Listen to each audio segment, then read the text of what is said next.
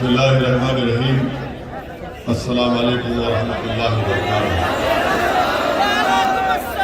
मोहतरम जनाब शौकत अली साहब, अध्यक्ष व सदर उत्तर प्रदेश मजलिस इत्तेहादुल मुस्लिमीन, मेरे भाई डॉक्टर अब्दुल मन्नान साहब, प्रत्याशी उतरोला मजलिस इत्तेहादुल मुस्लिमीन, मंच पर बैठे हुए तमाम मौजूद उलमाए कराम, जिम्मेदारान कौम मिल्लत, मेरे तमाम मजलिसी रुफ़ा, महाराष्ट्र के साबिक़ा सदर सैयद मोइन साहब, हैदराबाद से आए हुए तमाम मौजूद अरकान बल्दिया, करीमनगर से आए हुए जनाब अहमद साहब सदर मजलिस और तमाम जिम्मेदारान, मेरी इज़्ज़तदार माँ और बहनों, बुजुर्गों, नौजवान साथियों, हम आपको ये बताने आए हैं कि 3 तारीख के दिन आप तमाम से हम ये गुजारिश करने आए हैं कि आप अपना वोट, अपना मतदान में हिस्सा लीजिए और मजलिस इत्तेहादुल मुस्लिमीन भागीदारी परिवर्तन मोर्चा के साथ मिलकर गरीब, मजलूम, पिछड़े अवाम के हक के लिए लड़ रही है।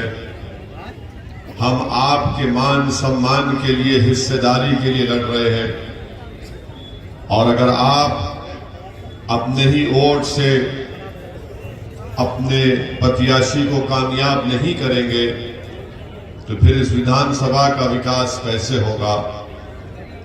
अभी शुरुआत में डॉक्टर मन्नान साहब ने ये कहा कि असदुद्दीन ओवैसी 5वीं मरतबा उतरोला विधानसभा को आया है।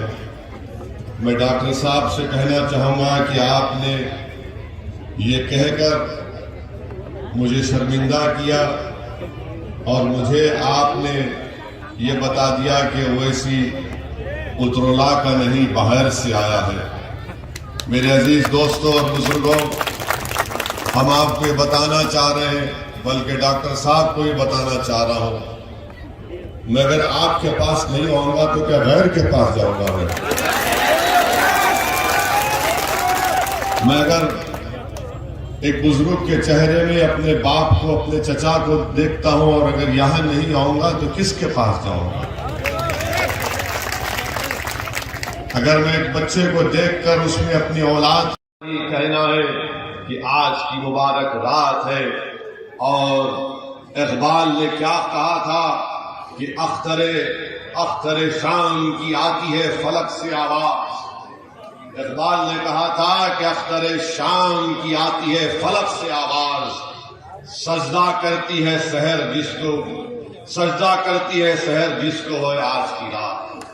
एक आशिक़ रसूल ने भी कहा था, वो जबान जिसको सब कुन की कुंजी कहे उसके नाफिज़े हुकूमत पे लाखों सलाम। वो जबान जिसको कुन की कुंजी कहे उसके नाफिज़े हुकूमत को लाखों सलाम।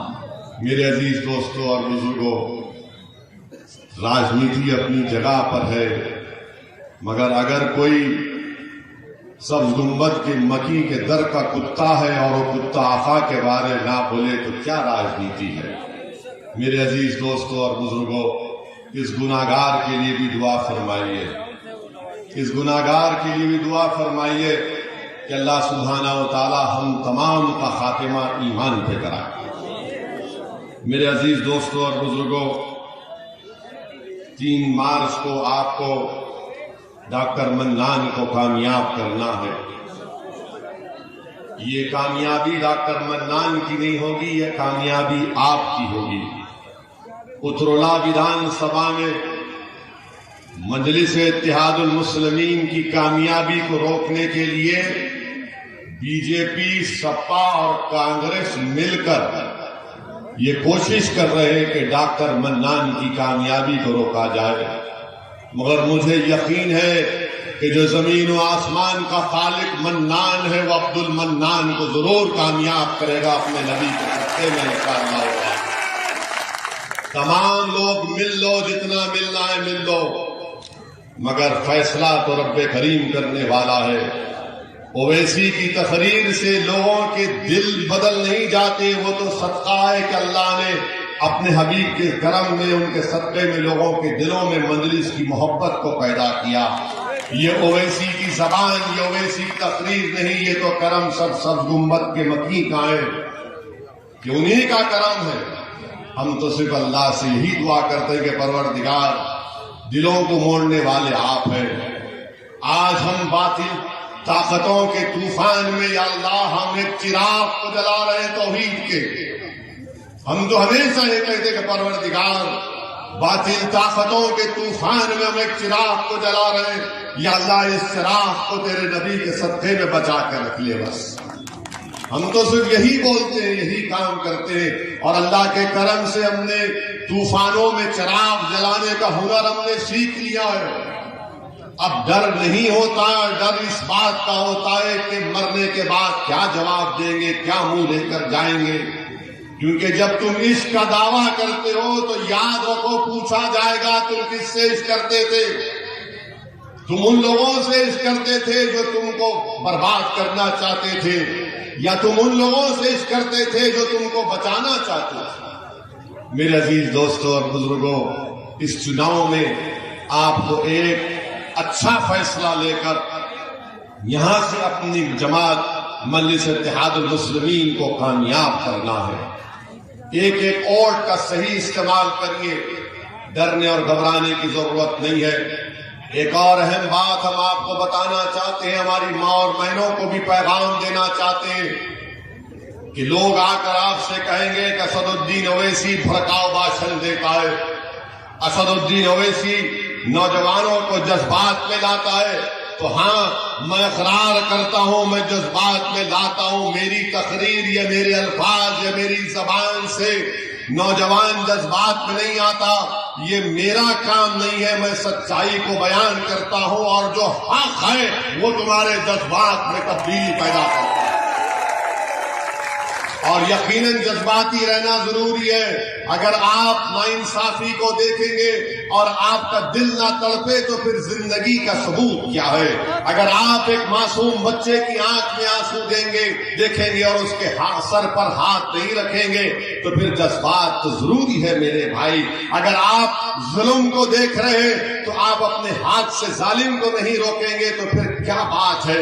इसीलिए जज्बाती रहना जरूरी है। और जो ओवैसी के भड़काऊ भाषण को सुनकर लोग जज्बात में आते हैं, मैं उन लोगों को, उन बुजुर्गों को, नौजवानों को सलाम करता हूं, उन बच्चों को सलाम करता हूं, उनकी माँ और बहनों को सलाम करता हूं कि उन्होंने जज्बाती औलाद को पैदा किया।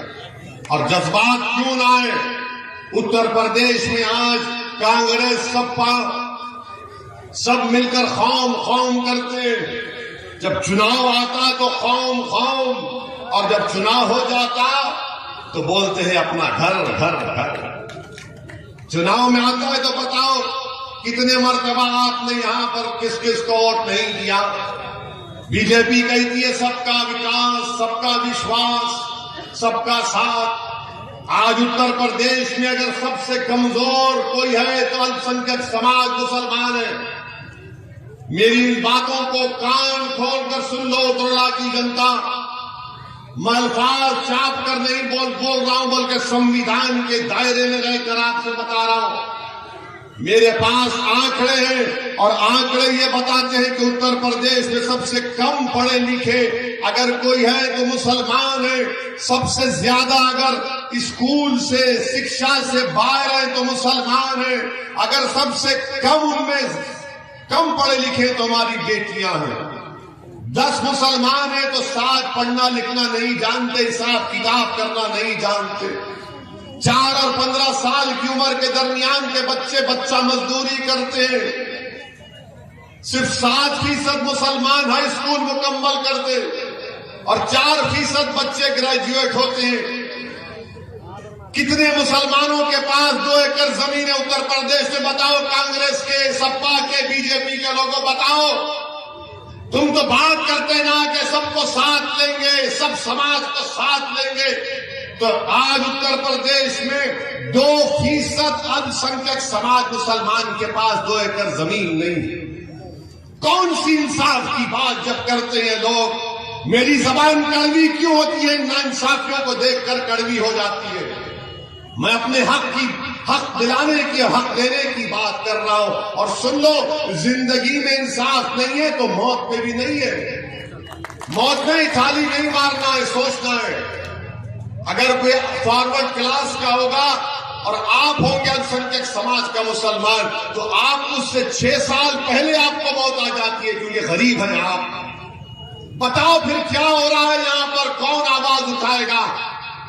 कोई तो उठाएगा ना आवाज, किसी को तो लड़ना चाहिए।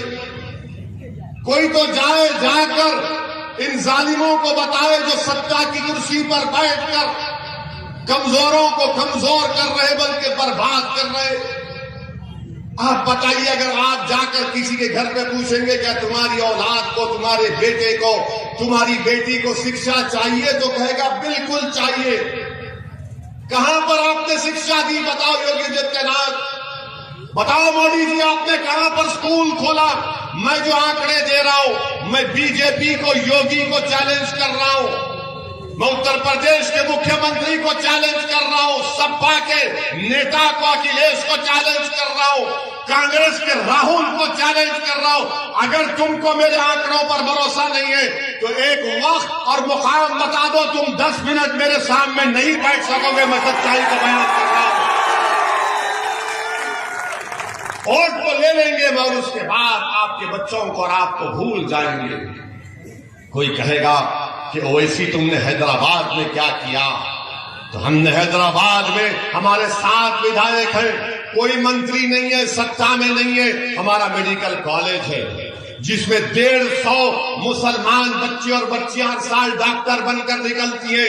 इंजीनियरिंग कॉलेज है जिसमें 250 मुसलमान बच्चे और बच्चियां इंजीनियर बनकर निकलती है। MBA कॉलेज है, MCA कॉलेज है, नर्सिंग कॉलेज है, फार्मेसी कॉलेज है, आर्किटेक्चर का कॉलेज है। 2-2 अस्पताल है बड़े बड़े, जिसमें कम पैसों में इलाज होता है। ये सब कैसे बना? कोई आसमान से आकर नहीं दिया, ये सब आपने दिया था। आपने हमको विधायक बनाया, हमने काम किया। ये काम उत्तर प्रदेश में नहीं हो सकता था। आपने जिसको विधायक बनाया उसने अपनी जेब को मोटा किया। जिसको आपने विधायक बनाया वो मंत्री बन गया। जिसको आपने वोट डाला वो मंत्री बन गया, मुख्यमंत्री बन गया। बताओ तुमको क्या मिला? इसीलिए ओवैसी से नफरत करते हैं, क्योंकि मैं जज्बात में लाने के लिए नहीं, आपको पैगाम दे रहा हूं। तुम्हारे को क्या मिला मुझे बताओ? क्या मैं ये कह रहा हूं कि मैं उतरला में आसमान से तारे तोड़ कर ला कर दूंगा? मैं नहीं कह रहा, मैं कह रहा हूं जमीन पर जो सबको मिल रहा है, मेरी औलाद को भी मिले, मेरी बेटी को भी मिले। यही तो हमारी लड़ाई है। और मुझे यकीन है कि अगर आप डॉक्टर अब्दुल मन्नान साहब को विधायक बनाएंगे तो उत्तर प्रदेश की विधानसभा में जाकर आवाज उठाएंगे, लड़ेंगे। ये हमारे मसाइल। इतना बड़ा उतरला विधानसभा है, खाली 3 डिस्ट्रिक्ट के हॉस्पिटल है, स्लॉटर हाउस नहीं है। क्यों नहीं देते परमिशन बीजेपी वाले? क्यों नहीं दिया कांग्रेस ने? क्यों नहीं दिया बसपा ने? आप बताइए, रोड नाम की कोई चीज नहीं, खड्डे हैं पूरे यहां पर। इस विधानसभा में योगी आदित्यनाथ कहते कि मैं गर्मी निकाल दूंगा। अरे बाबा, गर्मी निकालना तो दूर की बात, उतरौला विधानसभा में लोग अपना सेलफोन चार्ज नहीं कर सकते। बिजली आती नहीं है यहां पर, 4 घंटे आती है खाली। गर्मी निकालूंगा? अरे बिजली तो पैदा करो। बिजली नहीं देंगे, गर्मी निकालेंगे? बिजली नहीं दिए बाबा, और बोल रहे कि मैं मई जून में बर्फ लाऊंगा। अरे पहले बिजली लाओ। बाबा बोलते गर्मी निकालूंगा, मगर ये सांड क्या कर रहा है खेतों में रातों में? बाबा ने इनको छोड़ दिया, आशीर्वाद दे के जाओ खाओ, तुम्हारे बाप की जमीन खा लो। बाबा ने कहा तुम मेरे हो, तो सांड ने कहा बाबा हम भी तुम्हारे हैं।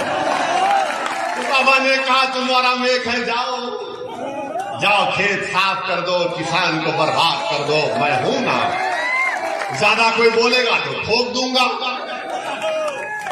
आप बताइए, आप देश के प्रधानमंत्री को 7 साल के बाद मालूम हुआ कि उत्तर प्रदेश में सांड का मसला है। कितनी मन की बात बोली प्रधानमंत्री ने, मगर सांड की बात नहीं बोली। आज प्रधानमंत्री बोल रहे हैं कि आप 10 तारीख के बाद, प्रधानमंत्री कह रहे हैं, यकीन मत करिए, मोदी है, लंबी लंबी छोड़ते हैं। एक बार मोदी जी सऊदी अरब गए थे, वो वहां पर रियाद में एक लंबी तोप को देखे। तोप को देखने के बाद उसके अतराफ फिरे और वो शेख से पूछे कितना लंबा फेंकती। वो शेख भी बड़ा चालाक था, उसने कहा तुमसे कम फेंकती। ये जोक है, कहीं यकीन कर लेंगे आप, हम भी एनएसए लग जाएगा। बाबा बोलेंगे है ऐसा बोला, इसको जाओ जेल में डालो, जेल में हम जाने तैयार हैं, हम मरने तैयार हैं। मगर आप बताइए, आज मोदी जी कहते हैं कि मैं जो युवाओं को 70 लाख नौकरी का वादा किया था वो नहीं दिए। जिसके पास ग्रेजुएट है, डिग्री होल्डर है, डिप्लोमा है, मोदी जी उसको नौकरी नहीं बोल रहे हैं कि मैं तुमको एक और नौकरी दूंगा। वो क्या है? तुम गोबर से पैसे निकालो। बाबा कह रहे हैं, मुख्यमंत्री कह रहे हैं कि मैं एक सांड के लिए 900 रुपये दूंगा 10 मार्च के बाद। अरे बाबा, तुमने यहां पर बिजली नहीं दी, तुम किसको 900 रुपये दोगे? आप बताइए, एक विकलांग जो उत्तर प्रदेश में होता है उसको सरकार की तरफ से महाना 1000 रुपये पेंशन मिलता है। 1000 रुपये विकलांग को और सांड को 900 रुपये। आप बताइए, क्या इंसान की जान की कीमत ये है, इसका मान सम्मान ये है? बीजेपी हर महाज पर नाकाम साबित हुई है। ये सपा, कांग्रेस, बसपा से पूछ लीजिए, जब पार्लियामेंट में 2019 जुलाई अगस्त में कानून अमित शाह ने बनाया, बीजेपी ने बनाया, क्या कानून बनाया कि दिल्ली में कोई इंस्पेक्टर पुलिस का, एनआईए का बैठकर पुतरोला के विधानसभा के एक नौजवान का नाम अगर अब्दुल मन्नान होगा तो उसको टेररिस्ट घोषित कर देगा। कांग्रेस ने जो आज घूम रहे खौम कह रहे हैं ना, ये कांग्रेस और सपा बीएसपी ने अमित शाह के लाए हुए कानून की तायीद की। हमारा यकीन करना है तो यूट्यूब पर हमारी तकरीर उठाकर देख लीजिए, 2019 की जुलाई अगस्त की तकरीर है लोकसभा की। हमने इन तमाम को कहा कि यह कानून का इस्तेमाल मुझ पर होगा, मेरी औलाद पर होगा, मेरे खानदान पर होगा, मेरे नौजवानों की जवानी को जेल में बर्बाद कर दिया जाएगा। तो यही कांग्रेस और सपा ने मिलकर अमित शाह के कानून की तायीद की और ओवैसी को कहते हैं कि इसके लड़ने से बीजेपी को फायदा होगा। अरे तुमको शर्म नहीं आती, इतना झूठ बोलते हो। तुम हमारी बर्बादी के कानून में बीजेपी अमित शाह का साथ देते हो और यहां पर गांधी परिवार की लड़की आकर वोट की बात करती है। जेल में जाकर मुलाकात करो, तिहाड़ जेल में जाओ, जेल में जाकर पूछो उन बच्चों से कि पार्लियामेंट में अगर किसी ने मुखालिफत की तो उसका नाम असदुद्दीन ओवैसी और इम्तियाज जलील था। मेरे अजीज दोस्तों और बुजुर्गों, ये इनकी हकीकत है, इन चेहरों को पहचानिए। आज चुनाव आ गया तो सब हमदर्द हो जाते हैं और उसके बाद जब इनको वोट मिल जाता है वो हमको यतीम और लाचार बनाकर छोड़ देते हैं। मेरे अजीज दोस्तों और बुजुर्गों, इस विधानसभा की तरक्की के लिए, इस विधानसभा के विकास के लिए, मजलूमों की कामयाबी के लिए, कमजोरों को ताकतवर बनाने के लिए, बेजुबानों को जबान में आवाज देने के लिए ये बहुत जरूरी है कि आप मजलिस इत्तेहाद और मुस्लिमीन के उम्मीदवार डॉक्टर अब्दुल मन्नान को कामयाब करिए। मैं आपको बताने आया हूं कि यहां पर आप जब मतदान करेंगे, वोट डालेंगे, तो आप वोट मजबूरी की हालत में करेंगे या मजबूती के लिए करेंगे? आप मजबूरी के लिए करेंगे या मजबूती के लिए करेंगे? आपने 30 साल से मजबूरी की हालत में आपने कभी सपा को तो कभी बसपा को तो कभी कांग्रेस को वोट दिया। ओवैसी आपके दरमियान में आकर आपसे अपील कर रहा है, भीख मांग रहा है कि मजबूरी की हालत में मत दो, मजबूती के लिए डॉक्टर मन्नान को वोट दो। अगर आप मजबूरी की हालत में देंगे तो यही नाइंसाफी चलती जाएगी। मजबूरी की हालत में देंगे तो उतरला में कोई विकास नहीं होगा। मजबूरी की हालत में देंगे तो उतरला में रेलवे लाइन नहीं आएगी। मजबूरी की हालत में देंगे तो अस्पताल नहीं बनेगा। अगर आज आप मजबूती के लिए वोट देंगे तो तमाम विकास के काम होंगे और आपकी आवाज उत्तर प्रदेश के विधानसभा में गूंजेगी। और हम आपको बता रहे कि अगर भाग्यशाली परिवर्तन मोर्चा को अल्लाह ने आपकी दुआओं और वोटों से इख्तिदार और सत्ता दी तो 3 डिप्टी सीएम बनाए जाएंगे। अल्पसंख्यक समाज का मुसलमान, एक निषाद समाज की पिछड़ा समाज से। अगर ऐसा होता है तो उतरला की जनता को ये वादा करके जा रहे हैं कि doctor Abdul mannan deputy CM बनेगा इंशाअल्लाह ताला। इनको विधायक बनाइए, डिप्टी सीएम बनेगा। डॉक्टर मन्नान जब उत्तर प्रदेश की विधानसभा में जाएंगे तो गूंगे बनकर नहीं बैठेंगे, बहरे बनकर नहीं बैठेंगे। डॉक्टर मन्नान उतरला की जनता के इंसाफ के लिए लड़ेगा, पुकारेगा। उत्तर प्रदेश की विधानसभा के दरो दीवार को उतरला के इंसाफ के नारे से हिलाकर रख देगा। इस बात का मैं आपसे वादा कर रहा हूं। मेरे अजीज दोस्तों और बुजुर्गों, अपने हिम्मत और हौसले को बुलंद रखिए। डरने और घबराने की जरूरत नहीं है। एक हो जाइए, एक हो जाइए। ये तारीखी वक्त है आपके लिए। अगर हमारी मां और बहनें एक हो जाएंगी। अच्छा पूछिए ये कांग्रेस सपा बसपा से, जब आएंगे आपसे वोट की भीख मांगने तो बोलना हिजाब और निकाब के बारे में तुम्हारी राय क्या है। पूछो उनसे हिजाब और निकाब के बारे में राय क्या है, कुछ नहीं बोलेंगे। अगर हिजाब और निकाब के बारे में अगर किसी ने बोला तो उसका नाम अल्हम्दुलिल्लाह सदुद्दीन ओवैसी और मजलिस इत्तेहाद उल मुस्लिमीन का। हमने उस बच्ची से बात की जिस बच्ची को बलवाइयों ने घेर लिया था।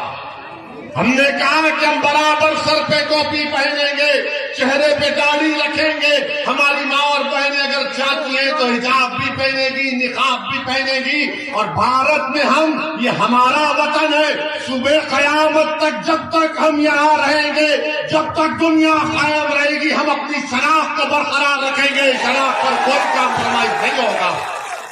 हम किसी के बोलने से अपने आप को नहीं बदलते, हम किसी के बोलने से शर्मिंदा नहीं होते। अरे हम तो कमली वालों के गुलामों के गुलाम हैं। हमको बता दिया गया क्या करना है, हम करेंगे। और भारत का संविधान हमको इस बात की इजाजत देता है कि हम क्या खाएं, क्या पहने। वो ना मोदी को बोलने की जरूरत है, ना योगी को बोलने की जरूरत है, ना कांग्रेस को, ना अखिलेश को, किसी को बोलने की जरूरत नहीं है। तुम्हारा काम शिक्षा देना, तुम्हारा काम अस्पताल बनाना, तुम्हारा काम रोड बनाना, तुम्हारा काम स्लॉटर हाउस की इजाजत देना, तुम्हारा काम सांड से बचाना। तुम वो कुछ नहीं किया, बर्बाद कर दिया हमको। हमारे बच्चों को शिक्षा नहीं मिली। अब मेरी गाड़ी और मेरे हिजाब के पीछे पड़ गए। तुम जो चाहे कर लो, हम अपनी मर्जी के मुताबिक जिंदगी गुजारेंगे। तुम हमको जिंदगी का सलीका मत सिखाओ। दुनिया हैवान थी तो हमने उनको इंसान बनाया, मेरी तारीख है। मेरे अजीज दोस्तों और बुजुर्गों, मेरी आपसे ही गुजारिश है कि आप 3 मार्च के दिन डॉक्टर अब्दुल मन्नान को कामयाब करिए। और आप जानते हैं कि हम क्यों कह रहे हैं। यहां पर इस विधानसभा में हजरत शहीद मिल्लत शाह अब्दुल कुद्दूस रहमतुल्लाह अलैह की 119 साला दरगाह थी। इसको हुकूमत ने उसका दरवाजा बंद कर दिया गया था। तो क्या कांग्रेस आई थी दरवाजा खुलाने के लिए? हजरत के आस्थाने का रास्ता बंद हुआ तो यही अब्दुल मन्नान दौड़कर पहुंच गया। यही अब्दुल मन्नान दौड़कर पहुंच गया। ये तो अल्लाह के वली का आस्थाना है। हमको बताया कि आपका शिजरा पीराने पीर शेख अब्दुल कादिर जिलानी रहमतुल्लाह अलैह से मिलता है, शहींशाह बगदाद से मिलता है। मेरे अजीज दोस्तों और बुजुर्गों, आखिरी बात, याद रखो हमारी इस बात को, जिस समाज का नेता होगा उसी की आवाज को सुना जाएगा। जिस समाज का नेता होगा उसी की आवाज को सुना जाएगा। तुम्हारा नेता नहीं है, तुम्हारे बच्चों के आंखों के जो आंसू बह रहे वो बहते रहेंगे। तुम्हारा नेता नहीं होगा तो तुम्हारा इनकाउंटर होता रहेगा। तुम्हारा नेता नहीं होगा तो तुम्हारे विधानसभा में स्कूल नहीं खुलेगा। तुम्हारा नेता नहीं होगा तो उत्तरला में विकास का काम नहीं होगा। तुम्हारा नेता नहीं होगा तो स्लॉटर हाउस नहीं खोला जाएगा। तुम्हारा नेता नहीं होगा तो तुम्हारा मान सम्मान नहीं किया जाएगा। ये वतन अजीज भारत की और उत्तर प्रदेश की हकीकत है।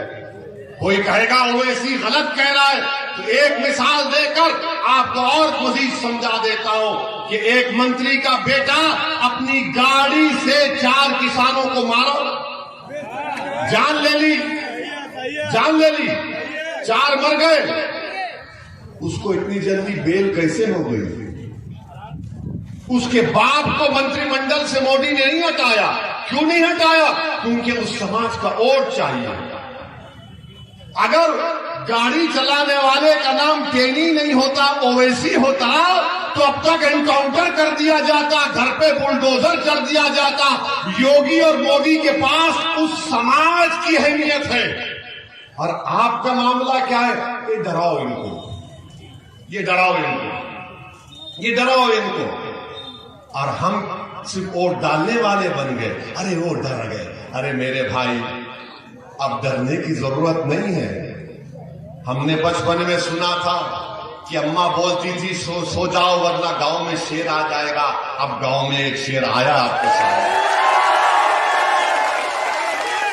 ये शेर तो अली है, शेर तो अली है, और अली की आल का सदका है कि ये खड़ा आपके सामने। अब डरने की जरूरत नहीं है। अब आपके पास विकल्प है, अब आपके पास एक ताकत है। और हम आपसे वादा कर रहे हैं कि डॉक्टर साहब ने जो कहा हम नहीं मानते। अरे अल्लाह हमको यहां पर 5वीं मर्तबा आने का मौका मिला। आप यकीन कर लीजिए, जब तक अल्लाह जिंदा रखेगा ओवैसी उत्तरला की जनता को पास आता रहेगा। बल्कि मैं तो आपके घर में आकर इंशाअल्लाह खाना खाऊंगा। कोई खिलाएगा हमको, मोटा हो जाऊंगा, इतना नहीं। हम आएंगे भाई। अगर मैं तुम्हारे घर पर आकर भीख नहीं मांगूंगा तो किससे मांगूंगा बोलो? मैं किसके पास जाऊंगा बोलो? मैं किसके पास जाऊंगा मेरे दोस्तों? अब आप ही को क्षमा जलाना है। हम तो अपनी जबान से हर चीज हम निछावर करने तैयार है। अल्लाह जानता हमारी नीयत को। हमारी गाड़ी पर गोलियां चलाई गई, लोगों ने कहा मत जाओ, तुम्हारी जान को खतरा है। हमने कहा हमको सिक्योरिटी नहीं चाहिए। अगर मरना लिखा हुआ है तो मरेंगे, मगर जब तक जिंदा रहेंगे मर्द की तरह रहेंगे, बुज़दिली के मजारे नहीं करेंगे। अगर मेरे मुझ पर गोलियां चलाने वाले ये समझ रहे हैं कि ओवैसी गरीब मजलूम पिछड़ों की बात करता है, उसकी जबान को बंद कर दिया जाएगा, तुम जब अपनी गोलियों से मेरी जबान को बंद कर सकोगे। मगर मैं जो पैगाम दे चुका हूं अल्लाह के करम से, वो पैगाम आपको आगे लेकर जाऊंगा। और मैंने आपसे कह रहा था कि जिस समाज का नेता होगा उसकी आवाज को सुना जाएगा। मेरे सुनो मेरे दोस्त, तुमको शेर बनना है, तुमको शेर बनना है। जब कांग्रेस, बसपा, सपा, बीजेपी वाले आएंगे तो बहादुरी के मजारे करो, अपनी मां को शर्मिंदा मत करो। हशर के मैदान में तुम्हारी मां तुम पर फख्र करेगी कि हाँ, बातिल ताकतों के तूफानों में मेरे बेटे ने बहादुरी का रोल अदा किया था। 3 मार्च के दिन जिसका नेता होगा, हमने कहा था ना, ये गांव नवाब मलिक साहब का भी गांव है। हमको बताया गया, डॉक्टर साहब ने कहा, हमको डॉक्टर अब्दुल मन्नान साहब ने कहा कि धुसावा गांव इताए रामपुर में नवाब मलिक का गांव है। हमारी बात को गौर से सुनो। नवाब मलिक साहब राष्ट्रवादी कांग्रेस में मंत्री है ना? उन्हीं के पार्टी का डिप्टी सीएम है, उसके ऊपर करोड़ रुपए का इल्जाम है सिंचाई के स्कैम का, करोड़ रुपए का। और नवाब मलिक पे क्या इल्जाम है? 1999 में वो कोई जमीन खरीदे, जो कानून नवाब मलिक पे इस्तेमाल हुआ वो कानून 2003 में बना। अगर बेटा औलाद पैदा नहीं हुई तो उसका नाम रखाई पैदाइश के बाद रखते हैं ना। तो ये कानून की पैदाइश 2003 में हुई, नवाब मलिक ने बेटा पैदा कर दिया 99 में, तो मोदी क्या कर रहा है कि नहीं 2003 में 99 में नाम रखा ही नहीं होगी, 2003 के कानून के तहत नाम रखा ही नहीं। और देखो आप, मोदी भी एक ही है, राष्ट्रवादी कांग्रेस के नेता भी एक ही है। वहां पर नेता का भतीजे पर इल्जाम था, अगर भतीजा गिरफ्तार हो जाता तो राष्ट्रवादी कांग्रेस महाराष्ट्र को रोक देती, मगर क्योंकि गिरफ्तार होने वाले का नाम नवाब मलिक था, इसलिए सब गूंगे बनकर बैठे, सब गूंगे बनकर बैठे। क्या नवाब मलिक पर जो इल्जाम लगा गलत है, झूठ है। और एक मिसाल देता हूं, आजम खान मंत्री थे, अखिलेश मुख्यमंत्री थे ना। मंत्री पर इल्जाम कि उन्होंने अपने मंत्रालय में किसी का गलत नौकरी पे रखा किसी को। आजम जेल में और मुख्यमंत्री हेलीकॉप्टर में फिर रहा है कि तुझ पर मेरी जवानी कुर्बान के नारे सुनते हुए। अगर मंत्री जेल में है तो मुख्यमंत्री जेल में क्यों नहीं है? क्यों नहीं है, सोचो आप। मैं भड़काने के लिए नहीं कह रहा हूं, सच्चाई बयान कर रहा हूं। अल्लाह मेरी जबान में इतनी तासीर दे कि मेरी आवाज आजम खान को जेल में सुनाई दे और नवाब मलिक को बंबई में जेल में सुनाई दे। हम दूसरी पार्टी के अलग अलग पार्टी में है, मगर मैं नाम के नाम पर और नाइंसाफी के नाम पर अपनी जबान को नहीं रोक पाऊंगा। मुखालिफत करूंगा राष्ट्रवादी की और समाजवादी की, मगर जब सच्चाई की बात आएगी, सच्चाई यही है। मेरे अजीज दोस्तों और बुजुर्गों, मैं साथ ही साथ आपसे ये भी अपील करूंगा कि आज की रात आप नवाब मलिक के साथ अनवर हाशमी और आजम खान के लिए दुआ करिए कि अल्लाह अनवर हाशमी साहब को सेहत दे। और मेरे अजीज दोस्तों और बुजुर्गों, ये हिस्सेदारी की लड़ाई है, ये बराबरी की लड़ाई है, और इसमें आप हमारा साथ दीजिए। ये उत्तराला की जनता की विकास की लड़ाई, हमारा साथ दीजिए, सरपरस्ती करिए। अगर किसी से भी कोई गलती हुई तो माफ कर दीजिए, माफ कर दीजिए मेरे भाई। आपकी आवाज उत्तर प्रदेश के विधानसभा में सुनाई देनी चाहिए। हाँ, हमारे जाने के बाद इबलीस की औलाद यहां पर आएगी, इबलीस की औलाद आएगी, आके बोलेगी ये ओवैसी तो बहुत भोल कर गया, मगर बीजेपी कांग्रेस, उनको एक ही जवाब देना, अब हम डरने वाले नहीं हैं। और अगर इंसानी फितरत है, डर अगर पैदा होता है, तो वो कर्नाटका की बच्ची ने जब उसको बलवाइयों ने घेर लिया था, उसने बीबीसी को इंटरव्यू में कहा था कि जब मैं डरती हूं तो क्या नारा लगाती हूं, क्या नारा लगाती हूं, क्या नारा लगाती हूं। अरे आवाज ही नहीं आ रही। अरे ये टनटनाटन है, आप लोग झूम के बोलो, मस्त होकर बोलो, मजबूत होकर बोलो, एक होकर बोलो, पूरा उजाला बोले, पूरा यूपी बोले, पूरा देश बोले। अस्सलाम वालेकुम व रहमतुल्लाहि व बरकातहू। 3 मार्च को पतंग पर